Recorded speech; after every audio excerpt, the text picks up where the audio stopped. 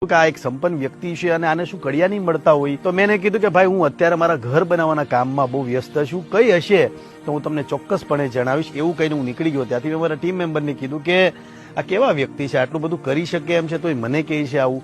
વાત ત્યાં પતી ગઈ છે. 1 વર્ષ થયું, 2 વર્ષ થયું. 2 વર્ષ પછી હું શૂટિંગ કરતો મારી કોમેડી વિડીયોની શૂટિંગ હતી, તો કરતો આ મંદિર પર આવ્યો અને આ મંદિર પર આવીને દાદાના દર્શન કરું છું અને હું જોઉં છું કે મંદિર તૂટેલી ફૂટેલી હાલતમાં છે. મેં મંદિર જોયું, મંદિરના દર્શન કર્યા અને મંદિરમાં મેં જોયું કે દાદાનું મંદિર તૂટેલું ફૂટેલું હતું અને ટાઇલ્સો તૂટી ગઈ હતી. મંદિર જોઈને મને એવું થયું કે મંદિરને રિપેરિંગની સખત જરૂર છે. જેવા દાદાની સામે 2 હાથ જોડીને મેં દર્શન કર્યા તો 2 વર્ષ પહેલા જે વ્યક્તિ મને કહેતો હતો કે ભાઈ તમે રિપેરિંગ કરી આપો અને મેં એને ના પાડી હતી, એ વ્યક્તિ મારી બાજુમાં આવીને ઉભો રહી છે. એને જોઈને હું ચોંકી ગયો કે તમે મને 2 વર્ષ પહેલા મળ્યા હતા.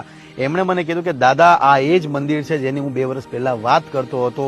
દાદા જેને આજ્ઞા આપે છે એ જ વ્યક્તિ અહીંયા ટકી શકે છે. અહીંયા ઘણા સાધુ સંતો આવ્યા છે, ઘણા લોકો અહીંયા રોકાવાના પ્રયત્ન કર્યા છે, પણ દાદા એની પથારી છે ઉલાડી નાખી છે.